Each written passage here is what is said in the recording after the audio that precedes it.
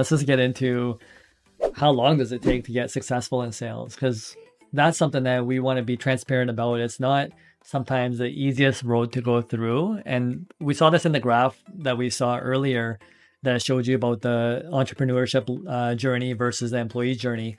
And in reality, if we take a look at this graph, it just shows that, through the first 3 months is you're just getting acquainted with some of the questions that you'll be asked in sales, how to respond to some of those questions. And you'll be surprised how much you actually learn in the first 3 months.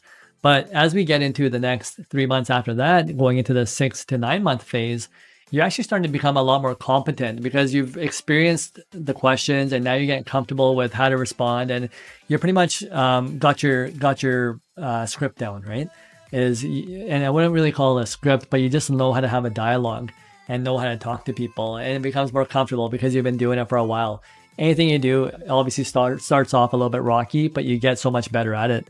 And switching into the 15-month phase and a year and a half into it, now you start becoming like a top performer because now you started realizing, okay, what roadblocks was I facing? How did I overcome these roadblocks? How can I actually give these people like real proper solutions from experience?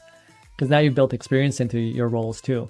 And that's it. So it takes a little bit of time, but you can obviously do it if you're willing to make that effort and put the hard work in. Yeah, and I would actually compare it a lot to being in a relationship, whether you're married or even just in the dating space.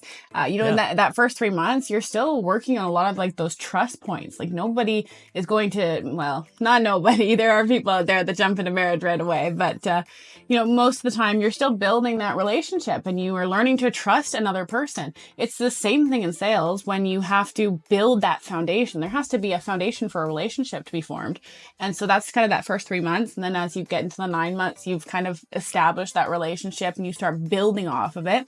And then that 15-month mark is really where like you trust somebody, you have that foundation and you're able to build off of it. And that's where the professional kind of aspect comes in. And obviously in a relationship, that's kind of where you are locked in. In sales, it's really where you start closing deals and start really seeing the manifestation of all the efforts that you've put in over the last year and a half. Well said, Gail. Yeah, so you're working towards that first kiss. Yeah, I guess so.